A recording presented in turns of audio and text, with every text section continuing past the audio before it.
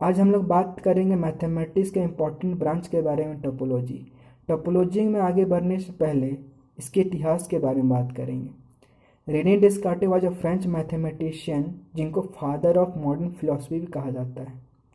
इन्होंने अलजेब्रा और ज्योमेट्री को मिला कंबाइन कर एक नया कॉन्सेप्ट निकला मैथमेटिक्स में, कोऑर्डिनेट ज्योमेट्री। इसके संबंध में एक प्रसंग प्रचलित है।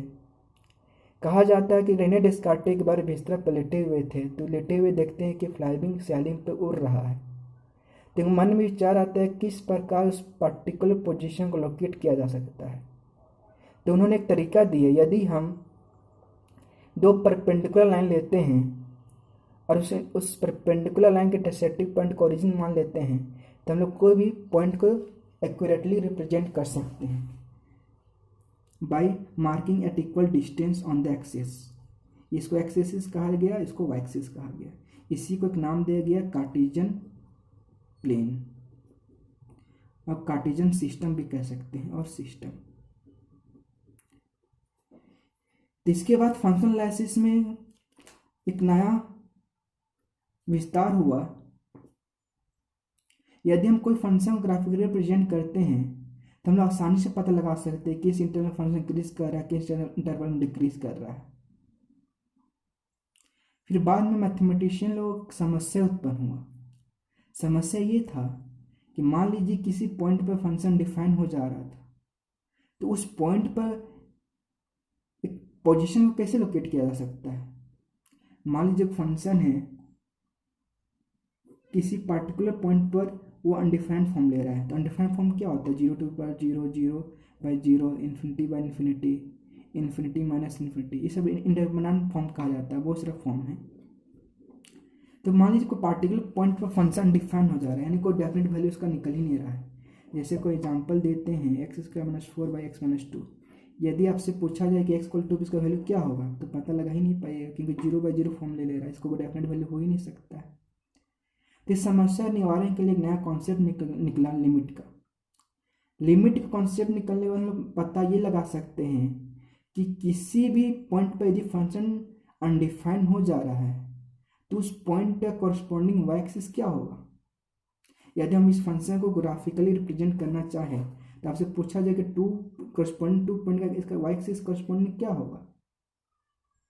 तो इसके लिए एक नया तरीका निकाला गया कि यदि हम लोग टू को ना लेकर टू के आसपास कोई वैल्यू लेते हैं दोनों साइड से, तो हम लोग उस फंक्शन का एक वैल्यू निकाल सकते हैं किस पॉइंट को अप्रोच कर रहा है।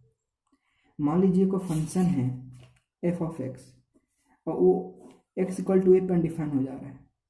तो हम लोग करते क्या है, दोनों साइड से उसके आसपास को वैल्यू लेते हैं और देखते हैं कि एफ ऑफ एक्स किस पॉइंट के आसपास वो अप्रोच कर रहा है। तो हम लोग कह देते हैं कि लिमिट एक्स टेंड्स टू ए पर इसका फंक्शन जो लिमिट है वो एल है। प्रारंभिक स्तर पर लिमिट कॉन्सेप्ट जो दिया गया था ग्राफिकली दिया गया था, क्योंकि ग्राफिकली ही इसका कॉन्सेप्ट कहीं ओरिजिनेशन हुआ था।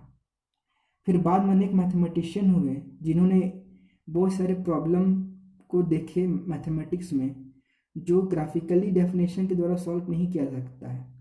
यदि कोई फंक्शन ग्राफिकली रिप्रेजेंट नहीं किया जा सकता है, तो उस पॉइंट तो लिमिट कैसे डिफाइन किया जा सकता है। तो एल कॉची ने एक फॉर्मल डेफिनेशन दिए, इन gap the definition of limit independent of graphical intuition, यानी ग्राफिकल इंट्यूशन के इंडिपेंडेंट एक डेफिनेशन दिए लिमिट को। इसकी लिमिट का डेफिनेशन को देने के पश्चात बहुत सारे कॉन्सेप्ट आया मैथमेटिक्स में। कंटिन्यूटी का कॉन्सेप्ट आने लगा, यूनिफॉर्म कंटिन्यूटी का। तो बहुत सारे डेफिनेशन जो दिया गया था वो दिया गया एल कॉची के द्वारा, free from the graphical intuition.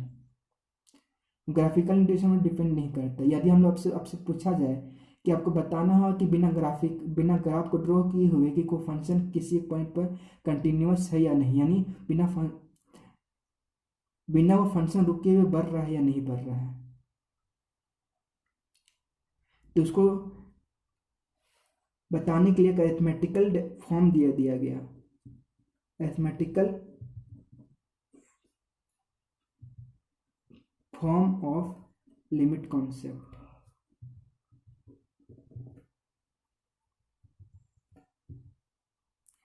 Limit concept जब अरिथमेटिकली डिफाइन किया गया तो मैथमेटिशियन, फंक्शनल एनालिसिस में बहुत सारे मैथमेटिशियन हुए, जियोर्ज कैंटर,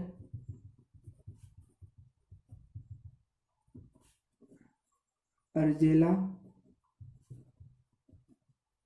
वोल्टेरा, हैडामड, स्कॉली, इन्होंने फंक्शनल एनालिसिस में बहुत सारा योगदान दिए।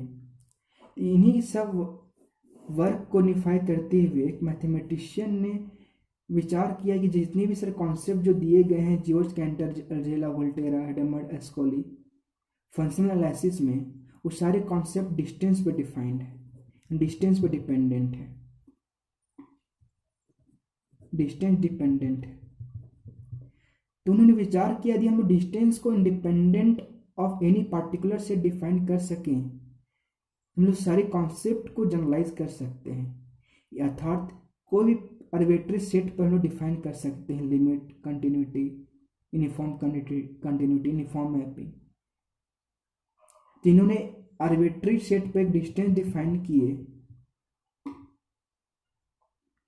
और उस डिस्टेंस के तहत उस सेट पर लिमिट कॉन्सेप्ट, यूनिफॉर्म कंटिन्यूटी को डिफाइन किया गया।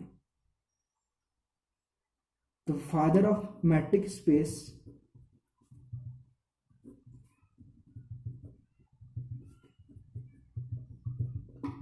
मॉरिस फ्रेशेट, जिन्होंने ये कॉन्सेप्ट दिए थे, who defined the concept of limit continuity to any arbitrary set by defining the distance between any two points in the set, जिनको father of metric space कहा जाता है। तो मॉरिस फ्रेशेट ने सभी कॉन्सेप्ट को जनरलाइज कर दिए। इसके बाद एक और मैथमेटिशियन आए, फेलिक्स हॉस्ट्रॉफ। तो फेलिक्स हॉस्ट्रॉफ देखते हैं कि मॉरिस का जो कॉन्सेप्ट है यानी मैट्रिक स्पेस जो है, वो सभी कॉन्सेप्ट ओपन सेट पे डिपेंड करता है।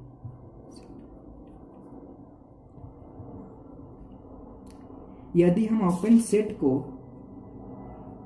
हम लोग इंडिपेंडेंट ऑफ, फेलिक्स हॉस्ट्रॉफ ने बताया कि हम लोग ओपन सेट को डिफाइन कर दें इंडिपेंडेंट ऑफ डिस्टेंस, तो हम लोग इस कॉन्सेप्ट को जनरलाइज कर सकते हैं। अर्थात यानी हम लोग ओपन सेट का ऐसा प्रॉपर्टी को निकालना होगा जो एक पार्टिकुलर डिस्टेंस या मैट्रिक डिपेंडेंट ना हो, यानी वो प्रॉपर्टी सभी मैट्रिक पर वो वैलिड हो, यानी सेटिस्फाई हो। जैसे क्या क्या प्रॉपर्टी जो ओपन सेट डिस्टेंस पर डिपेंडेंट ना हो, पार्टिकुलर डिस्टेंस पर डिपेंडेंट ना हो, तो क्या प्रॉपर्टी है, phi and universal set U, that is X भी कहा जा सकता है, are open set. Union of arbitrary open set is open. Finite intersection of open set is open. ये डेफिनेशन जो दिया गया ओपन सेट का, ये पार्टिकुलर मैट्रिक पे डिपेंडेंट नहीं है। तो फेलिक्स हॉस्ट्रॉफ ने ओपन सेट का ऐसे प्रॉपर्टी को निकाले जो डिस्टेंस और डिपेंडेंट नहीं है। अब यही ओपन सेट का डेफिनेशन जो दिया गया यहाँ पे, यही मदद किया हम लोग टोपोलॉजिकल स्पेस को डिफाइन करने में। यदि हम कोई भी सेट पे हम लोग ओपन सेट डिफाइन करते हैं, तो हम लोग कोई बिना डिस्टेंस की मदद के द्वारा ही हम लोग limit point, closure set, continuity mapping, uniform continuity हम लोग एनालाइज कर सकते हैं। इसी कॉन्सेप्ट के आधार पर एक नया कॉन्सेप्ट निकला, टोपोलॉजिकल स्पेस।